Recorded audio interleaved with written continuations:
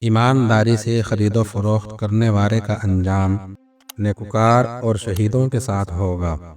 تنگ دست آدمی جو رشتہ داروں سے میل ملاپ رکھتا ہے اس مالدار سے اچھا ہے جو ان سے قطع تعلق رکھتا ہے۔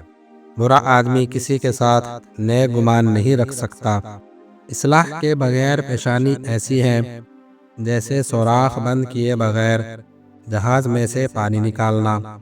پریشانی دور کرنے کا آسان طریقہ یہ ہے کہ اپنے آپ کو کسی تعمیری کام میں مصروف رکھیں۔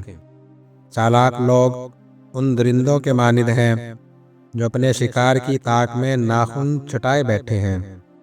بنی اسرائیل اس لیے تباہ ہوئے کہ وہ غریبوں کو سزا دیتے تھے اور امیروں کو چھوڑ دیتے تھے۔ دنیا خواہ اخلاق کا نمونہ پیش کرے تب بھی انسان کو اپنے اخلاق حسنہ نہیں چھوڑنے چاہیے۔ اللہ سے اس کا فضل طلب کیا کرو کیونکہ اللہ تعالیٰ کو یہ پسند ہے کہ اس سے مانگا جائے۔ ہر مقصد میں خدا تعالیٰ کی بڑائی، ملک کی بھلائی اور حق کی تلاش مد نظر رکھو۔ اپنے دلوں سے دوستی کا حال پوچھو کیونکہ یہ ایسے گواہ ہیں جو کسی سے رشوت نہیں لیتے۔ اپنے مال کی خاطر لڑنے والا آخرت میں شہیدوں میں شامل ہوگا۔ قرآن کریم اور ذکر الہی کو لازم پکڑ لو کیونکہ یہ چیز تمہارے لیے روئے زمین پر نور اور آسمان پر ذکر خیر کا ذریعہ ہے۔ جو لوگوں کا شکریہ ادا نہ کرے وہ خدا کا شکر گزار نہیں ہو سکتا۔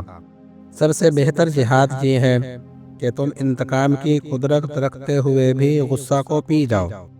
علم مال سے بہتر ہے کہ وہ تمہاری حفاظت کرتا ہے اور تم مال کی حفاظت کرتے ہو۔